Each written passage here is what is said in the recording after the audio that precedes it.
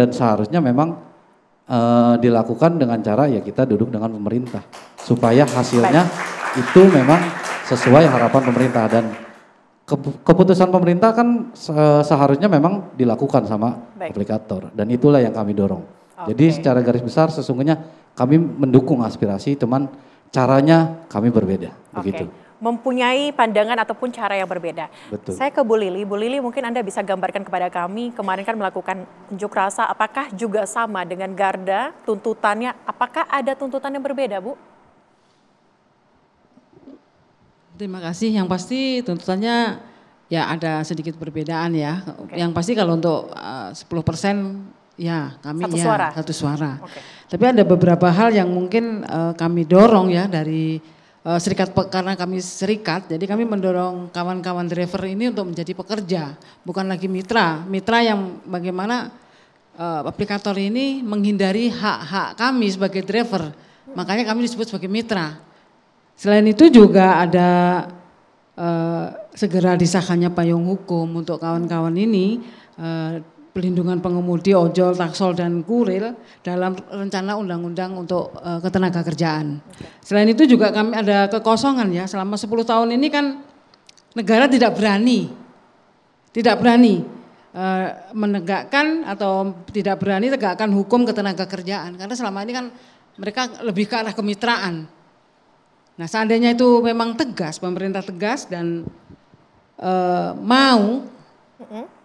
mau mendorong kebijakan ini untuk ke arah undang-undang, saya pikir semuanya nggak bakal ada turun jalan lagi. Karena semuanya pasti akan, contohnya kalau kami ini teman-teman driver sebagai pekerja, secara otomatis hak yang melekat pada pekerja itu akan ada. Jaminan sosial, didapati, BPJS gitu ya? dan lain sebagainya kan melekat pada diri kawan-kawan driver itu. Tapi yang menarik dari Bu Lili adalah kalau saya lihat dari pernyataannya, mungkin dari Garda dan sebagainya itu mengacu kepada Kemenhub ya. Tapi kalau Bu Lili ini unik, dia mengacunya kepada Undang-Undang Ketenagakerjaan. Itu alasannya apa, Bu? Ya, karena kami sudah memenuhi persyaratan sebagai pekerja. Ada 3 unsur yang melekat dalam diri driver ini. Ada unsur perintah, upah dan pekerjaan. Siapa yang memberikan perintah? Aplikator. Siapa yang mengupah kami? Aplikator. Yang memberikan pekerjaan kami siapa? Aplikator. Jadi menurut kami sudah lengkap dan bisa diakui sebagai pekerja seperti itu.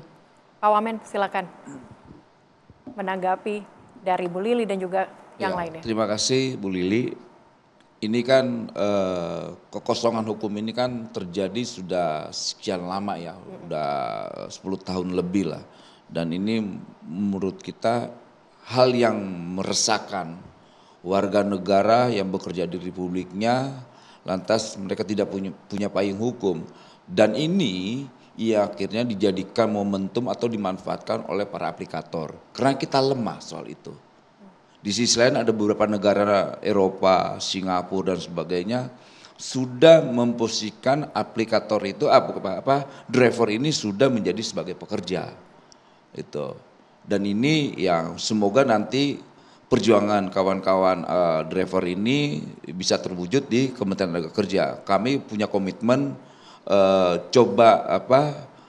mendefinisikan definisi yang sekian lama dari Republik ini merdeka sampai akhir ini ada yang namanya kemitraan itu saling menguntungkan, bukan saling merugikan. Nah, kenapa kawan-kawan demonstrasi kemarin berarti ada yang dirugikan oleh aplikator. Nah, jangan sampai bias atau penyimpangan definisi. Nah, kita mau kembali lagi definisi negara ya seperti ini, bukan negaranya. Pada umumnya Republik ini yang namanya mitra itu saling menguntungkan. Tapi sulit tidak untuk membuat mitra kemudian berubah menjadi pegawai tetap mungkin tenaga kerja? Nah itulah kita coba rumuskan karena ini kan tenaga kerja yang berbasis digital ya, platform digital. Beda dengan pekerja-pekerja lain atau kawan-kawan buruh yang lain. Memang tadi definisi atau unsur dari pekerja itu sudah ada tiga tadi yang disampaikan Bu Lili ya. Soal upah, pekerja diperintah dan sebagainya. Itu betul, itu definisi sebagai buruh. Nah itu, tapi kan ini di platform digital ini kita coba cari rumusan yang tepat lah.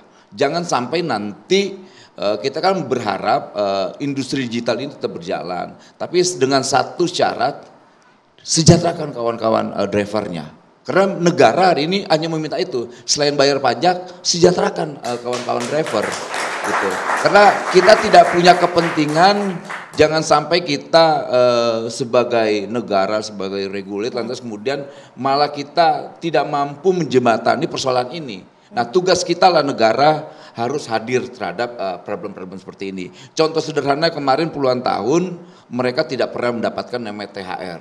Dengan kita cuma berapa bulan itu bisa kita wujudkan. Karena gini, negara sifatnya memaksa. Okay. Dengan apa? Dengan namanya regulasi.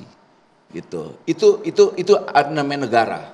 Jadi sekali lagi saya Kementerian Tenagakerja sangat mendukung apa yang dilakukan oleh kawan-kawan driver ojek online yang kemarin melakukan demonstrasi dengan tuntutannya, dan alhamdulillah mereka berserikat, berkomunitas, artinya kesadaran berorganisasi sudah ada, tidak ada kerusuhan.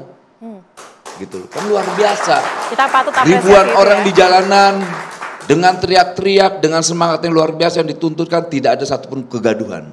Tapi termasuk dengan pemotongan beda dengan kemarin yang hanya puluhan dan ratusan di Kementerian Tenagakerja bakar-bakaran. Aneh kan? Okay. Berarti ini siapa nih yang bakar-bakaran ini? Siapa yang nyuruh nih? Kalau seandainya aplikator yang nyuruh, saya katakan mereka layak keluar dari republik ini. Oke, baik. Kalau tadi kita sudah dengar, saya dengar dari DPR bahwa akan memanggil aplikator pekan depan. Kalau dari Kementerian Anda apakah juga akan memanggil aplikator terkait dengan permasalahan ini? Kita udah pernah panggil gara-gara BHR. Oke. Mayoritas nipu. Nipu seperti apa? Bohongin kita. Presiden dibohongin, kita dibohongin, rakyat dibohongin, driver online juga dibohongin. Itu konteksnya yang soal BHR? Soal BHR. Okay. Mereka sepakat mau ngasih.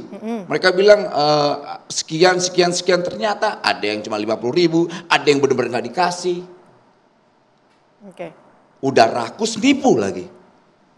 Tapi ini kan kelanjutannya terkait dengan setelah BHR ada lagi para ojek online ini menuntut agar turun dari 20% menjadi 10% nih Pak Wamen. Apakah ini juga akan dibantu oleh Pak Wamen sendiri? Gini, untuk itu kan domainnya ada di Kementerian Perhubungan. Kami nggak mungkin lah menyentuh wilayah yang bukan wilayah kami. Oke. Itu lantas kan ada juga nanti ada Komisi 5, mereka juga berjuang nggak tutup mata persoalan driver ojek online. Semuanya hari ini punya komitmen sama menjaga anak bangsa ini supaya soal kesejahteraan, narasi Indonesia ke depan lebih baik. Udah semua bekerja kok. DPR ini semangatnya luar biasa. Saya di eksekutif semangatnya luar biasa. Kawan-kawan driver ojek online juga berjuangnya luar biasa. Kemudian kita biarkan. Hebatnya apa? Tanggal 20 semua yang berjuang. Di momen hari Kebangkitan Nasional. Oke Pak Wamen, nanti kita juga akan dengar lagi pemirsa bagaimana kemudian cerita dari pengemudi ojek online yang informasinya ada potongan hampir 70%. Ini seperti apa sebenarnya ceritanya, tapi usai jeda tetaplah bersama kami di Indonesia Business Forum.